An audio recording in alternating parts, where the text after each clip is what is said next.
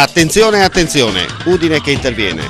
Keram ha segnato il gol del vantaggio sulla promozione su sanitari, ceramiche e accessori per la tua casa. Sei vincente? Keram ti fornisce l'assist giusto per fare gol davanti a tutti. Keram si trova a Tavagnacco in via Nazionale 56 di 1, aperta tutti i giorni, esclusa la domenica. Keram, non perdere l'occasione. La nostra emittente, in occasione dell'87esima adunata nazionale degli Alpini a Pordenone, che si è svolta dal 9 all'11 maggio scorso, mette a disposizione di chi volesse un DVD con le riprese dell'adunata fatte da numerose gru da un'altezza di 50 metri. Il costo del DVD è di 30 euro, con la possibilità di spedirlo in tutta Italia. Per qualsiasi informazione o prenotazione potete chiamare i seguenti numeri: 0434 55 5486 o 0434 55 14 55. Ripetiamo: 0434 55 5486 oppure 0434 55 14 55. Gli Alpini, un'occasione unica da rivedere.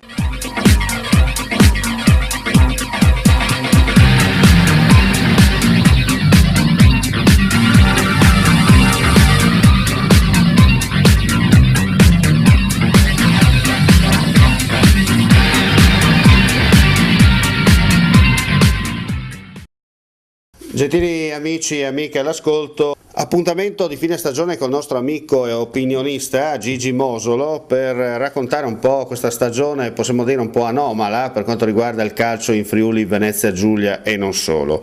Un'eccellenza che all'ultima giornata ha visto il clamoroso colpo di coda, cioè la promozione del Fontana Fredda a discapito del Cras super favorito, e clamoroso insomma debacle da parte di alcune altre squadre favorite che alla fine non hanno rispettato il pronostico. Da sottolineare il ritorno anche della San Vitese dopo 20 anni nella categoria regionale, dopo 20 anni di militanza, insomma, prima nell'interregionale e nella Serie D. Allora Gigi, tu che hai seguito un po' il campionato quest'anno d'eccellenza a 360 gradi non solo, cosa vuoi aggiungere a quella che è stata la mia premessa iniziale? La tua premessa è stata esauriente e centrata bene sugli obiettivi, ma abbiamo visto due squadre che si sono distanziate nel campionato di eccellenza. Era il favorito, erano i Carsolini del Cras, e la differenza alla fine del campionato è stata di 3 punti, ovvero di una sconfitta in più subita da parte dei triestini. 64-61 credo che sia il punteggio in classifica finale, che ha consentito ai rossoneri dei mister De Pieri di raggiungere l'agognata promozione in Serie D. Senti, ma te l'aspettavi questo colpo di coda finale?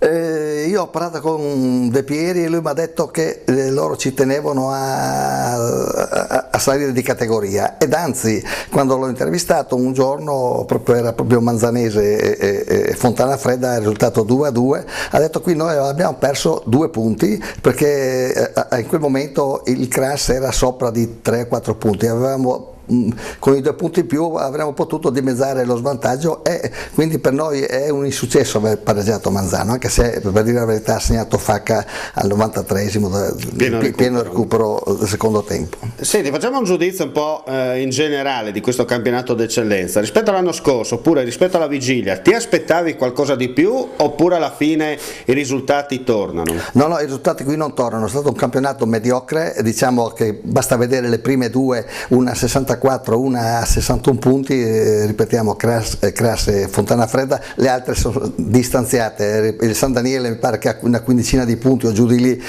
di distacco dalla seconda, poi c'è il Corno e poi non so chi, il 13esimo era, ecco, il 13esimo dietro, quindi è stato un campionato mediocre, dove parecchie squadre sono state al di sotto delle attese. Vedi il Cerrin Spuzzane, il Rivignano anche, il Tolmezzo idem, insomma parecchie squadre, e Lumignacco soprattutto, tutte squadre che... Ma chi ti ha deluso di più tra quelle che stai citando adesso? Io dico Lumignacco, Manzanese, ed anche ma tutte queste, Cerrin Smuzzane, ecco, Cerrin Smuzzane, questa è stata una grande delusione, ha cambiato allenatore, aveva una rosa di primo ordine, però alla fin dei conti i nomi non fanno una squadra, più delle volte si è salvata, perché poi sono tutte squadre che sono salvate con 39 punti, no? L'Itala San Marco che è andata ai play-out ne aveva 38, quindi sono tutte lì le squadre, no?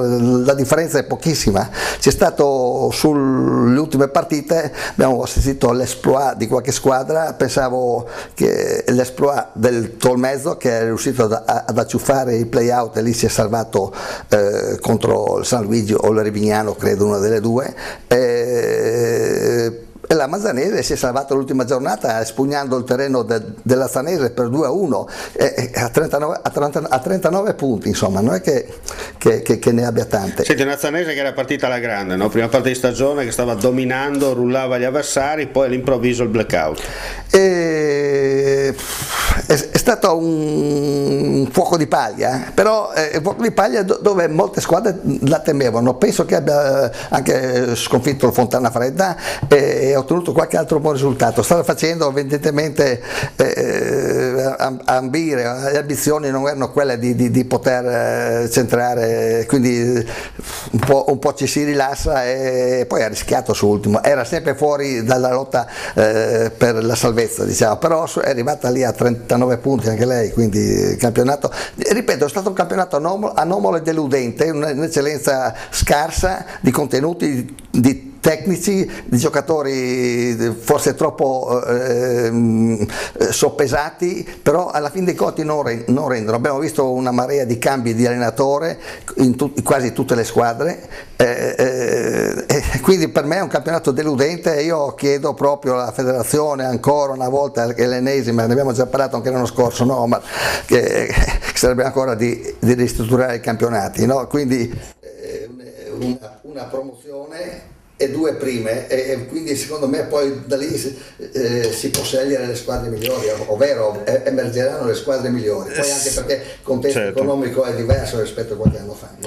Senti una cosa, io ho parlato proprio un mese fa circa con il presidente Tavecchio in merito a queste iniziative da parte della Federcalcio, insomma Agamennone, cioè sappiamo i professionisti che rasano l'impossibile e alla fine i dilettanti stanno lì a guardare. Secondo te è il momento giusto per fare quello che hai detto pochi minuti fa, cioè la ristrutturazione completa di un campionato a livello coraggioso, o soltanto andare avanti con gli slogan? No, qui è ora di puntare il coltello nella piaga e tagliare più che si può, ma anche, direi anche di iniziare anche dalle categorie superiori, anche dalla Serie D, perché vediamo che dalla Serie D anche l'ultima o la penultima squadra non è che fa punti tanto, quindi si sa già, io dico nei campionati nostri dell'eccellenza, della promozione e alle prime, si sa già prima che finisca il girone di andata chi retrocede. In questo caso, in qualche girone si sapeva già prima che finisca il girone di andata 2 retrocedenti, il nome 2 retrocedenti che poi hanno mantenuto, diciamo, questa posizione alla fine del campionato. Quindi bisogna avere coraggio e non perché è una cosa non più rinviabile, no? Ne stiamo parlando da una decina d'anni e siamo sempre lì, non usciamo fuori, no? Oltre a questo, io ho parlato proprio con il presidente Zoffoletti questi giorni, gli ho proposto in merito al causa del maltempo. Dai, quest'anno sono stati il tempo è stato abbastanza clemente. Però abbiamo avuto un po' verso febbraio, così qualche rinvio inaspettato, insomma, anche le stesse partite rinviate più volte. Io gli ho proposto fai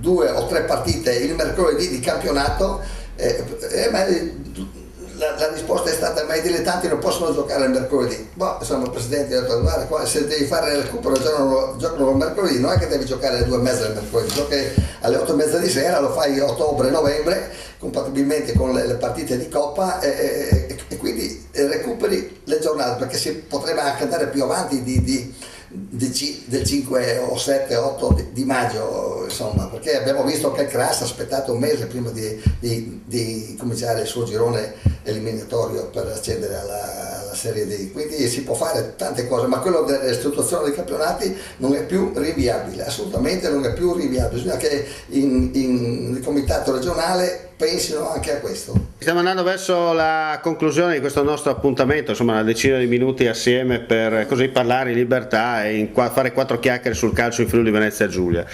L'ultima domanda così che ti voglio fare è questa. Ci sono ancora soldi che girano all'interno del calcio in Friuli?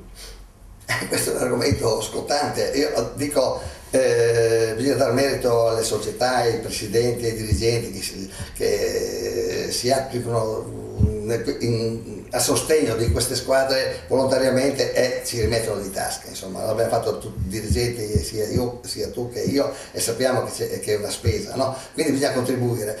Tu forse intendi girano soldi nel calcio come rimborsi spese? Ma io su questo ho un parere completamente opposto. Se girano Forse permetti, più che rimborsi spese non girano più gli stipendi di una volta. diciamo che è cambiata la dizione tecnica, diciamo che si chiamano rimborsi spese, ma è sempre quello che è sempre la stessa cosa. Dico, chi può darli li dia, io non posso dire che è una cosa privata, no? Cioè, se non tocca la società non va in deficit, se il presidente vuole dare, non c'è problema, no? E tutti vogliono andare a giocare, poniamo caso, non so, per la squadra XY, perché paga, andate tutti là, ma là più di 20 non ci possono stare 20 giocatori, no? Quindi bisogna accontentarsi, i migliori stanno i migliori, ecco perché dico eccellenza deve essere i migliori e che sia un contributo alla PGC congruo, perché eccellenza è eccellenza. Insomma, chi non ci sta è inutile, il posto è per tutti perché le porte sono aperte, però chi non ci sta, chi non riesce a stare sono altre categorie. Tutti potrebbero essere giocatori di Serie A, ma uno in B, uno in C, uno interregionale. Gigi, resta che ringraziarti come sempre per la tua disponibilità.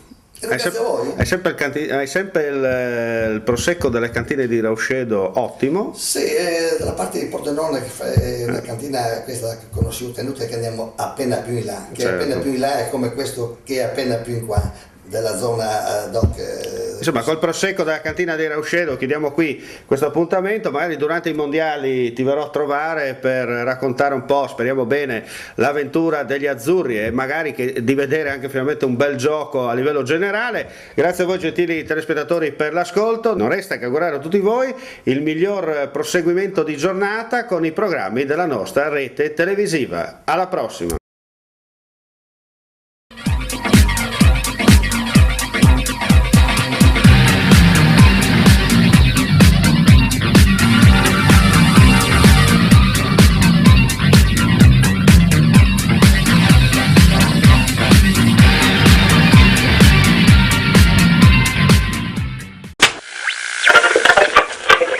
Attenzione, attenzione, Udine che interviene.